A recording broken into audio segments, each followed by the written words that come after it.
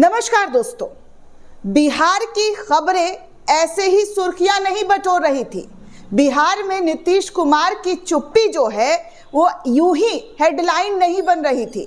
सुबह शाम की चक्री में पिसती रहती है दिन भर। माहवारी की पीड़ा हो या बीमारी की तकलीफें, किस्मत का लिखा है शायद, ये सोच के सब सह जाती है। मुख्यमंत्री भगवंत सिंह मान महिलाओं की इस पीड़ा को समझते हैं, इसलिए पंजाब के हर जिले में आयोजित हो रहा है महिलाओं के लिए फ्री हेल्थ कैंप, जहां उन्हें मिलेगा बेहतरीन परामर्श और इलाज, ताकि महिलाएं रहें पूर्ण रूप से स्वस्थ। अब इस खबर पर 100% मुहर लग गया है कि बीजेपी और उनके सहयोगी दल में सब कुछ ठीक नहीं है, क्योंकि नीतीश कुमार ने अपनी चुप्पी साध कर एक संदेश दिल्ली तक पहुंचा दिया है और दिल्ली में बैठे मोदी शाह इस पूरी जानकारी को सुनकर, इस पूरी खबर को देखकर भौचक्के रह गए होंगे, क्योंकि अब मोदी शाह को तगड़ा वाला झटका नीतीश कुमार की पार्टी से दे दिया गया है।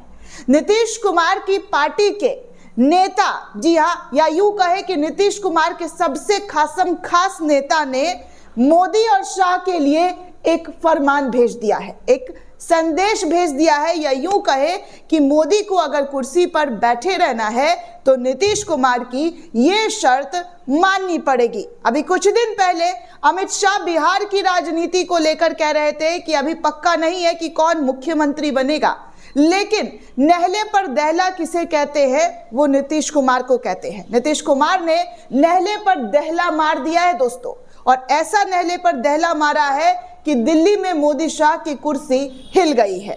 मोदी शाह नीतीश कुमार की कुर्सी पर ग्रहण बनने की कोशिश कर रहे थे, लेकिन अब नीतीश कुमार मोदी और शाह की कुर्सी पर ग्रहण बन गए दोस्तों। खबरों की अगर बात की जाए तो ललन सिंह, जी हाँ, ललन सिंह ने ऐलान किया है और संदेश मीडिया के माध्यम से भाजपाइयों को भिजवाया है कि वो जो दिल्ली चुनाव आगामी विधानसभा का होने वाला है दिल्ली के अंदर, उसमें साझेदारी के साथ चुनाव लड़ेंगे।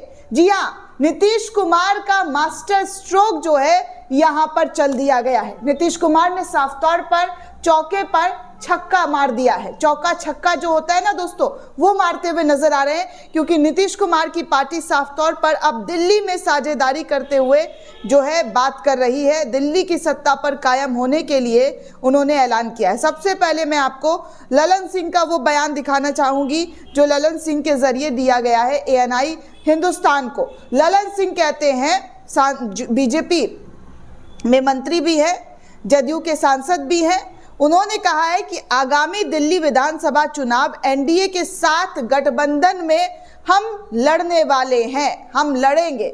यानी कि बीजेपी का पेच जो है दिल्ली में फंसा दिया गया। दिल्ली में बीजेपी अकेले लड़ने वाली थी चुनाव, लेकिन यहां पर पेच कैसे टाइट किया गया है जदयू की तरफ से, ये ललन सिंह के बयान से साफ हो रहा है। ललन सिंह कह रहे हैं कि NDA के साथ दिल्ली का विधानसभा चुनाव जो है हम लड़ेंगे। बिहार में भी 2025 का चुनाव नीतीश कुमार के नेतृत्व में राष्ट्रीय जनतांत्रिक गठबंधन यानी कि NDA वहां चुनाव लड़ेगा, ऐसी बातें कहते हुए नजर आ रहे हैं। तो मतलब वो कहते हैं ना कि एक हाथ से लो तो दूसरे हाथ से दो, ये वाली राजनीति यहां पर नीतीश कुमार के जरिए खेल दी गई है।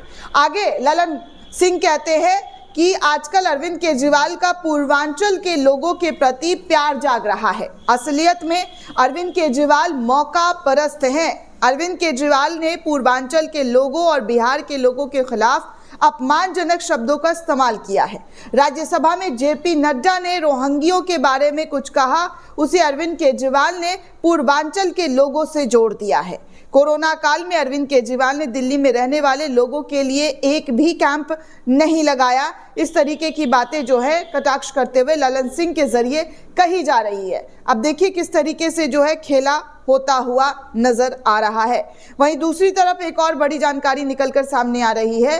बिग ब्रेकिंग, एक वरिष्ठ पत्रकार है, उनके हवाले से वो कह रहे हैं कि बिहार में खेला हो चुका है। नीतीश तेजस्वी की गुपचुप मुलाकात के कई बात जो है वो निकलकर सामने आ रहे हैं। PM मोदी से वसुंधरा राजे की दिल्ली में मुलाकात के भी मायने निकलकर सामने आ रहे हैं। भाजपा की राष्ट्रीय अध्यक्ष बनने की संभावना जो है वसुंधरा राजे की जो है बनती हुई नजर आ रही है।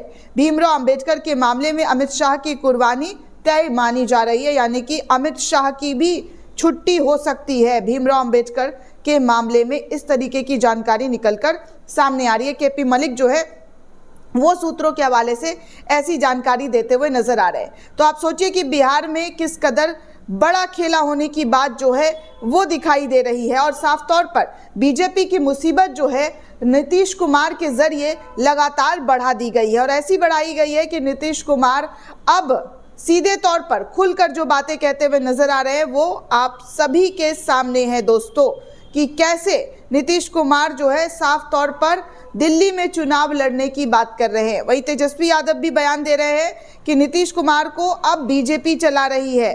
जी हाँ, तेजस्वी यादव लगातार ये बयान दे रहे हैं कि नीतीश कुमार को अब बीजेपी चला रही है। इसका साफ संकेत है कि नीतीश कुमार कहीं ना कहीं अपने आप को ठगा हुआ महसूस कर रहे थे, जिसके बाद नीतीश कुमार ने सारे दांव खेलने शुरू कर दिए। सोशल मीडिया गलियारों में तो यही दोस्तों इस वक्त चर्चा चल रही है कि देखिए किस तरीके से जो है कुछ बड़ा नीतीश कुमार के जरिए खेला कर दिया गया है बिहार के अंदर, जहां पर बीजेपी को झटका लगता हुआ साफ तौर पर नजर आ रहा है। हर कोई ऐसी ही बातें लिख रहा है कि देखिए सब जो है यहाँ बिहार में बहुत कुछ होने वाला है चुनाव से पहले, और यही चीज है कि बीजेपी को जो है यहाँ पर बहुत तगड़ा झटका लग रहा है। हेडलाइन ऐसे नहीं बन रहा है दोस्तों नीतीश कुमार को लेकर कि वो दूरियां क्यों बना रहे हैं, बीजेपी के बारे में चुप्पी क्यों साध लिया है।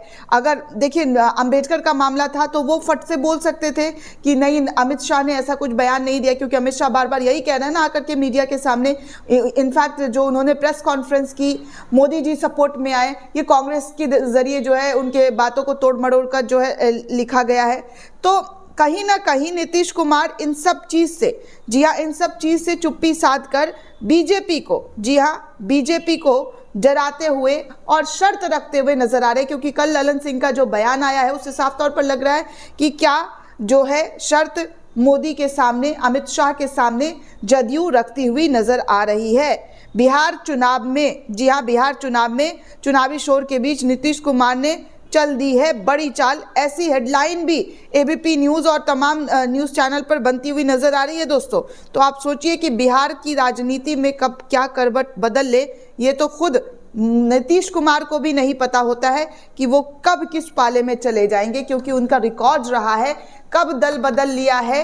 ये एक बहुत बड़ा झटके के तौर पर उन पार्टियों को देखने सुनने को लगता है जो पार्टी उनके साथ सरकार सत्ता बनाकर साझेदारी के साथ चलती है। दोस्तों इस पूरे रिपोर्ट को लेकर आप क्या सोचते हैं, आपकी क्या प्रतिक्रिया है, हमें कमेंट करके जरूर बताइएगा। साथ ही साथ चैनल को ज़्यादा से ज़्यादा लाइक, शेयर और सब्सक्राइब करना बिल्कुल भी ना भूलें। धन्यवाद दोस्तों।